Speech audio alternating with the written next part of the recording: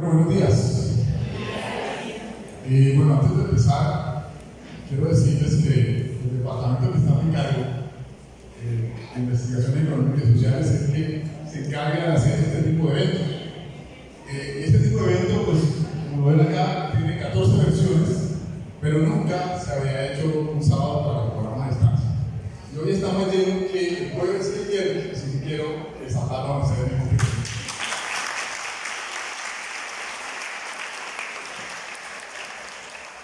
Y les confieso que es una prueba piloto. Con mi equipo dijimos, si no vienen, más nunca. Entonces vamos a hacer una encuesta. ¿Les gusta este tipo de eventos? Alza la mano. Muy bien. ¿Piensa venir al próximo evento? Alza la mano. Muy bien. ¿Piensa decirle al profesor que no haga clases y tutorías si que quieren venir al próximo evento?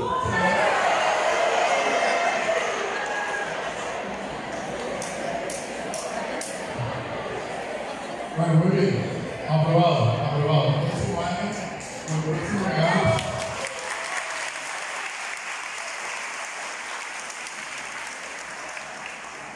Bueno, yo hago parte del grupo de investigación de mercado laboral y uno de los temas que me ha inquietado con que he empezado a trabajar es este tema y son los determinantes de la posibilidad de ser NINI en el caso de Cartagena de Indias. ¿Qué me puede decir que es un buen NINI? Que no sean los economistas. ¿Es un buen NINI? Ni estudian ni trabajan. Segundo, cuando estaba preparando esta presentación, bueno, esta es la agenda que voy a manejar: introducción, justificación, objetivos, marco referencial, diseño metodológico, discusión de resultados, las conclusiones y recomendaciones y la bibliografía. Y cuando estaba preparando esta presentación, pues salió esta noticia el 14 de agosto en el tiempo donde decían: NINIs, hay 2.640.000 jóvenes que no estudian ni trabajan en Colombia. Es decir, esto es una problemática muy fuerte a la que hay que empezar a trabajarle de una manera mucho más decidida por parte de las diferentes entidades, no solamente el gobierno, sino también las universidades y todas las entidades que estamos relacionadas con el tema del cultivo. Entonces, ¿qué son los grupos? Los niños, bueno, son jóvenes que ni estudian ni trabajan, ¿cierto? Eso viene del organismo Joint Educational Training Need, que lo acuñó la OIT desde 1990, y esto tiene unas problemáticas más allá de lo económico. Primero, el tema de autoestima, ¿cierto? Un joven que cuando sale, especialmente los mayores niños son aquellos jóvenes que salen del colegio y por diversas razones sus padres no tienen para pagarle una universidad privada y no tienen el cupo en una universidad pública. Entonces se quedan de brazos cruzados, pero entonces dice: bueno, yo voy a trabajar. Pero resulta que cuando van al mercado laboral, el mercado laboral tiene una gran barrera que es la falta de experiencia, ¿no? Y esto afecta a la autoestima e inclusive alimenta unos sentimientos de exclusión. Ese joven se siente excluido de la sociedad, y eso en parte explica alguno de, por ejemplo, las protestas sociales que hubieron hace un par de años, como ustedes lo saben. Y además de eso, esto alimenta las redes criminales, ¿cierto? Especialmente en zonas rurales, en municipios pequeños, donde estos jóvenes pues, son tentados por aquellos grupos al margen de la ley que ahorita están exacerbados, ¿cierto?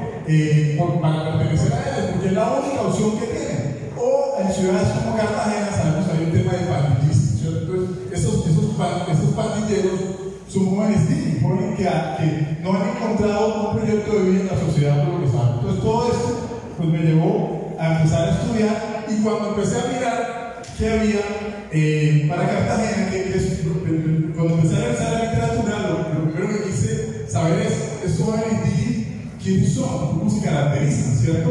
Y empecé a revisar todo el tema de género, el nivel educativo, que nos decía la literatura sobre eso, la edad, es decir, dentro del rango establecido para los niños, que es de los 14 a los 28 años, el estado civil, las características del hogar, como la relación del niño y el nivel de ingresos, ¿cierto?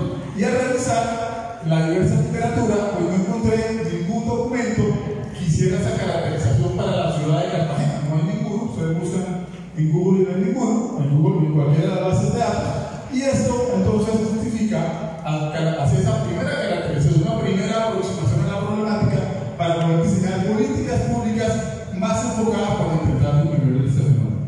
Entonces, Hoyos, uno de los autores que encontré, ratificaba que era muy importante estudiar este fenómeno de los ninis por tres razones. Primero, porque contar con ese joven nini está correlacionado con la pobreza. Es una persona que no está aportando y eso dificulta la actividad social. Segundo, como les decía, se ha encontrado una clara vinculación entre los jóvenes nini y violencia, dado que esta población al encontrar mayores oportunidades se ven obligados a pertenecer a estos grupos delincuenciales. Y finalmente, el costo de oportunidad interna lo que se llama el modo demográfico. El modo demográfico es aquellas personas dentro de nuestra sociedad que están en edad de trabajar, pero ese modo demográfico entonces no es aprovechado, porque es un joven que podría estar perteneciendo a la población económicamente activa, pero no está estudiando y no está trabajando. Entonces, esas son razones que nos dice la literatura por los cuales es importante estudiar. Entonces, esta es un primer trabajo que estoy haciendo, la idea es luego profundizar en ello, pero aquí lo que quise fue analizar esas características demográficas y socioeconómicas de los jóvenes en Cartagena, esto como un insumo inicial para el diseño de políticas públicas por parte de las diferentes entidades que trabajamos con la juventud. Entonces, cuando miré estas características que nos decía la literatura, por ejemplo, encontré que el género femenino tiene una mayor probabilidad de ser víctima, ¿cierto? Y eso básicamente responde primero al matrimonio temprano de las mujeres y la consecuente atención del lugar. Es decir, no se casen por ahora porque ustedes tienen que seguir estudiando. Y el embarazo temprano, el embarazo a edades tempranas, ¿no? El tema del embarazo adolescente, que los barrios de bajos ingresos pues es una gran problemática. Y cuando una mujer que está estudiando, que está en estado escolar, pues queda embarazada, interrumpe su ciclo escolar. Y eso tiende a perpetuar la pobreza y a que sea una joven. Entonces, este tipo de estas dos variables obstaculizan la acumulación de capital humano por parte de la mujer y su consecuente vinculación al mercado laboral. El nivel educativo, bueno, es claro que nos dice la literatura que los jóvenes nini tienen menores niveles de educación que aquellos jóvenes no nini, ¿cierto? Y estos autores de Hoyos y Cartagena et al encuentran que para Colombia el 50% de los ninis habían llegado hasta la educación media y un 9% hasta la educación primaria. También la edad, este autor divide los ninis en tres grupos etarios, de 14 a 17, de 18 a 24 y entre 25 y 28. ¿No? Y el grupo etario, la mayor participación de los jóvenes ninis está entre los 18 y los 24 años. ¿No?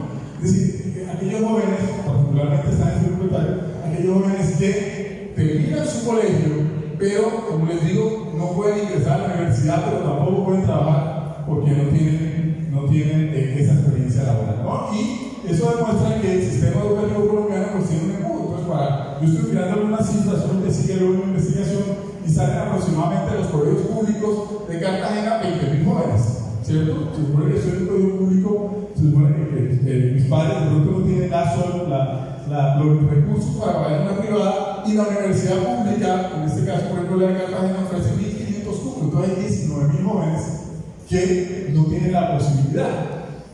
Y el Estado civil, un joven que sea jefe de hogar, tanto casado como en libre, tendrá una mayor presión para entrar al mercado laboral. Es decir, cuando un joven se casa y se va a vivir en libre, pues esa presión por generar los ingresos necesarios para los clientes de hogar la tendrá, por lo tanto entrará al mercado laboral, por lo tanto ser soltero aumenta la probabilidad de ser un joven niño. Los ingresos a nivel general la literatura ha encontrado, y es lógico que el fenómeno niño es más en todos los lugares pobres, y en efecto hoy determina que en Latinoamérica el 60% de los niños provienen de hogares de bajos ingresos. Y finalmente el parentesco con el jefe del hogar, que significa que hay una gran proporción son hijos o parejas de jefe del hogar debido al apoyo que reciben por parte de este, pero que puede tener connotaciones negativas como el periodo de inactividad, ¿cierto? Lo llaman los ninis cómodos. Yo soy nini de alguna manera porque lo elijo.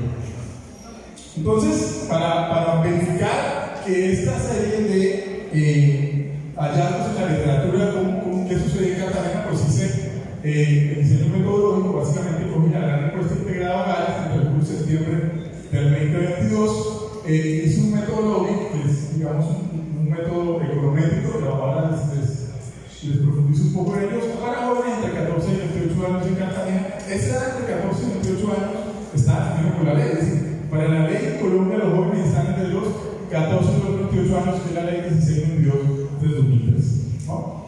Y entonces aquí está la variable, los datos que escogí. Entonces, niños, personas que no estudian y trabajan entre 14 años, y para el modelo 1 son los niños, 0 son los que no son niños, el género, la educación, ahí en esa gran encuesta hogares les preguntaba cuál era tu nivel de estudios alcanzados, ninguno, básica primaria, básica secundaria, medio superior, cuál es su estado civil, cuál es el parentesco con el hogar y cuál es el ingreso del hogar, que es una variable monetaria. Entonces, primero, pues obviamente, una estadística descriptiva básica, y encontré que en Cartagena, en ese rango de edad, hay 216.000 personas y 24.965 jóvenes jóvenes. Tenemos 25.000, o a septiembre del año pasado, había 25.000 jóvenes que estaban en su casa, digamos, con este proyecto de vida frustrado, ¿no? Que representa el 11% de la juventud en ese rango de edad. Es una proporción bastante alta. Y efectivamente, por lo menos la estadística descriptiva ya empieza a mostrar que la gran mayoría son mujeres, o sea que ese tema del embarazo temprano y los embarazos adolescentes están afectando la vinculación de las mujeres al mercado laboral. En cuanto al estado civil, fíjense como la gran mayoría pues son solteros y como los menos son casados en unión libre, lo que significa que cuando un joven o una joven se casa o vive en unión libre, siente esa presión de entrar al mercado laboral y por lo tanto dejan de ser niños.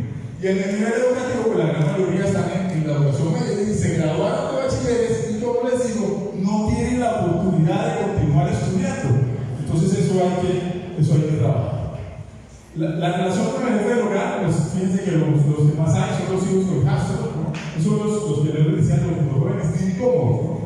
Es decir, no puedo entrar a estudiar, no puedo entrar a trabajar, pero me siento cómodo porque mis padres me ayudan y en algún momento la situación cambiará.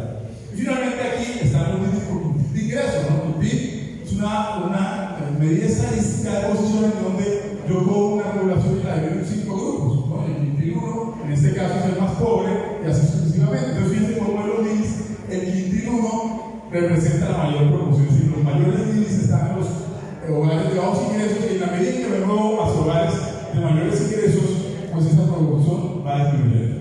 Entonces, aquí es un cuadro econométrico. Yo sé que los de econometría, los de computación financiera ven econometría, los demás no, pero aquí básicamente lo que me está diciendo es que la variable Gini es la dependiente, la variable que está siendo afectada, y las demás variables, ¿cómo afectan a esa variable? Entonces, ahí están todas las variables que estaban mirando: mujer, edad, estado civil, educación, relación del jefe del hogar e ingreso del hogar. ¿Cómo afecta cada una de esas variables la probabilidad de que sea niño? Eso es lo que hace el modelo lógico, ¿no? Y aquí están los resultados. La variable base es hombre y el resultado, es decir, si se está comparando la mujer con el hombre, ¿qué pasó con la probabilidad? Si es positivo, significa que aumentó. Pero fíjense cómo eso es relativo, que multiplica el 1% para leerlo como lo voy a decir. Es decir, si es mujer, aumenta un 4 o 2% la probabilidad de ser niño. Esos puntitos que tiene, esos transferencias que tiene, significa que esa variable resultó ser significativa, es decir, que es importante, y lo que está en paréntesis son las desviaciones estándar. El dato se movió de esa manera, ¿no? Entonces la edad también aumenta, pero en un porcentaje muy pequeño. La edad ser joven niña, a medida que me muevo de los 14 a los 28 años. Aquí no se compara la educación primaria con básica secundaria y la educación superior. Fíjense como básica secundaria no tiene los 3 asteriscos, significa que esa variable no resultó ser significativa, pero la educación superior sí disminuye en un 8.8% la probabilidad de ser niños. Es decir, tenemos que darle más educación a los jóvenes para que empiecen a dejar de ser niños. La relación con el jefe del hogar, fíjense, ser hijo o hijastro del jefe del hogar aumenta la probabilidad de ser niño en un 8% y ser nieto en un 9.8%. Eso fue otra de las cosas que encontré en Cartagena. Hay una gran proporción de jóvenes que son educados por sus abuelos, ¿no? Es decir, en Cartagena tenemos un problema de hogares disfuncionales muy fuerte. Unión libre, fíjense cómo ser unión libre disminuye, comparándolo con el estado base, estar casado, disminuye la probabilidad de ser niño, quiere decir que esos jóvenes sienten la presión del mercado laboral y eso los hace dejar de ser niño. Y ser soltero, esto ratifica la importancia, nos aumenta un 5.48% ser niño. Y finalmente, fíjense aquí, cada uno de los quintiles comparado con el quintil 1, como en todos, en la medida en que todos tienen signo negativo, quiere decir que en la medida en que voy aumentando, en que voy analizando, comparando cada uno de los quintiles con el quintil de menores ingresos, la probabilidad de ser niño disminuye. Eso quiere decir que tengo que enfocar esas políticas de los niños en los hogares de más bajos ingresos.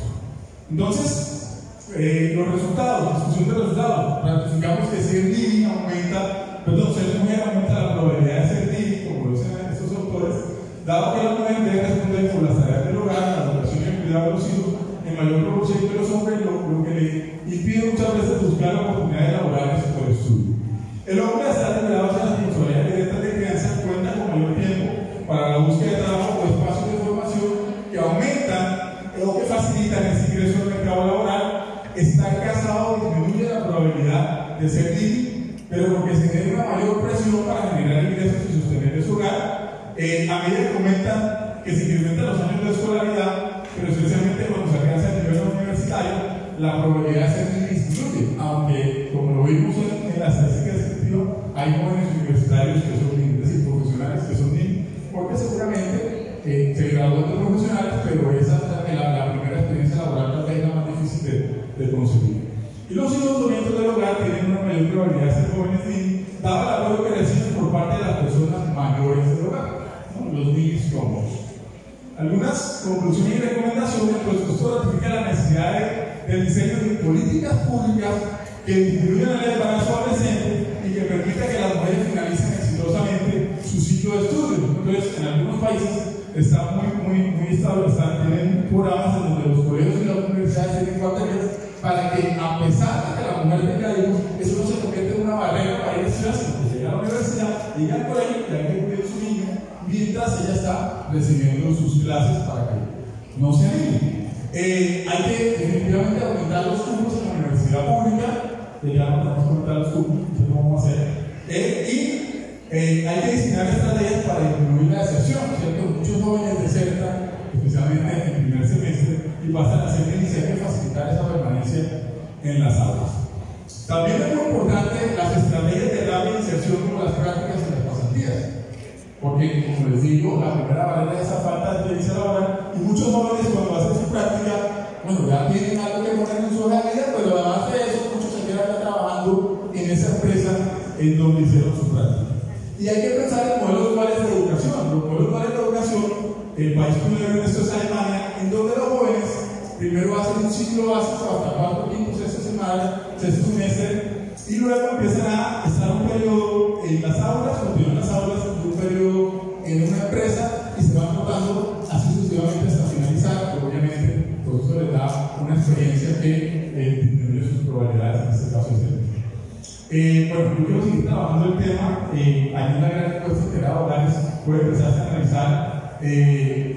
Quiero mirar la estructura de los hogares, esa microestructura, básicamente características del eje del hogar, el número de miembros, en general todas las características del núcleo familiar, para profundizar en el tema. Como les digo, es un primer acercamiento, y me parecería muy interesante empezar a meter el componente cualitativo, donde mire entrevistas directas a los niños, ¿cierto? Puntualmente conocer un poco su historia de vida para ratificar pues, todo esto que dice la teoría y lo que me muestran los datos. Cuando uno vaya a ese estudio cual realmente profundiza en lo que está sucediendo. Esta es la pregunta que utilicé. Muchas gracias.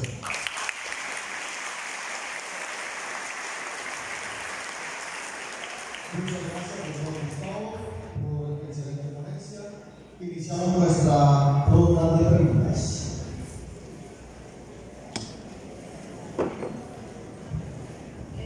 Buenos días a todos. Quisiera hacer más una pregunta y una reflexión. Todo lo que usted acaba de mencionar es válido desde la perspectiva de la desesperanza. Y sabemos que es una condición del ser humano en el cual, a partir de unos aprendizajes que hace, de vivencias, en donde intenta solucionar algo, aprende a que no tiene solución y que de alguna manera el intentarlo una vez, otra vez, tres veces, le da como un resultado asumir una postura más pasiva y se siente desesperanzado. Entonces, desde esa mirada, es importante mirar que posiblemente lo que usted quiere dar continuidad tendría una razón de ser porque complementaría un poco todo esto. Dado que tenemos muchos jóvenes, muchos lugares en donde la mayoría de jóvenes padecen de desesperanza rendida, o que de alguna forma la han aprendido desde la niñez, o que después de haber intentado solucionar muchas cosas no las han podido controlar, y de alguna forma esa falta de satisfacción por controlar han algunas de esas variables que mencionó, le lleva a hacer una postura en la vida muy pasiva. Entonces, todas estas oportunidades que usted sugiere tienen una razón de ser cada vez que cambiamos la percepción del ser humano, de ese ser humano que está involucrado o de ese niño que ha hecho aprendizaje sobre la intervención aprendida o desesperanza aprendida. Ha tratado de solucionar y de controlar su vida, pero no podemos.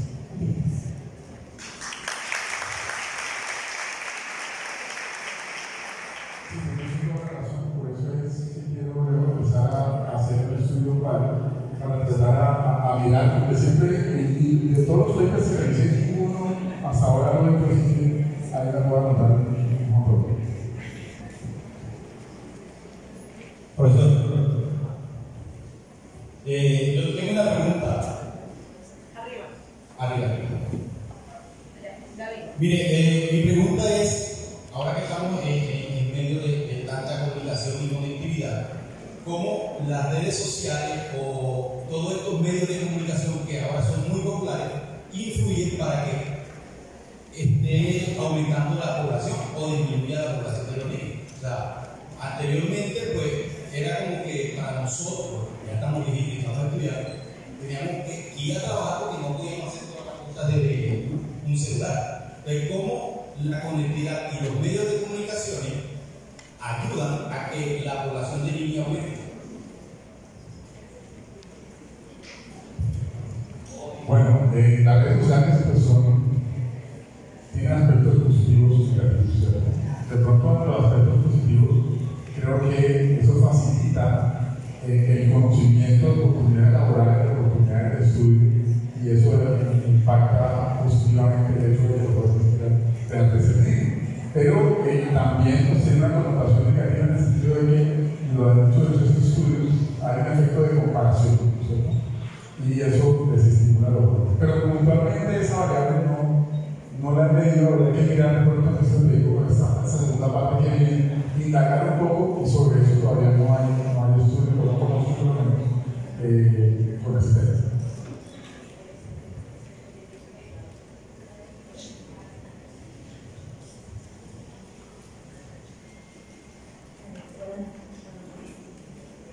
¿Cuál consideraría usted que es una buena estrategia para incentivar las pasantías o las prácticas para disminuir la falta de experiencia de los recién graduados, por ejemplo, tanto bachilleres como de pregrado? Bueno, digamos que cada vez las universidades son más conscientes de la importancia de las prácticas, ¿no? Cuando yo me gradué, eso no existía en ningún programa. Pero me he dado cuenta de que poco a poco las universidades se han dado cuenta y han colocado estas prácticas dentro de su programa, dentro de su penso, para que sea obligatorio. Realmente en la misma facultad hay 9 programas, 8 tenían prácticas, el único que no tenía era economía, y acabamos de hacer una modificación para que incluya, porque sabemos de la importancia. Esto es un tema de voluntad y de que los directivos, los profesores y todos los que están alrededor de la construcción de ese programa académico pues lo tengan en cuenta y lo implementen, básicamente. Muchísimas gracias, doctor Gustavo, por su excelente presentación.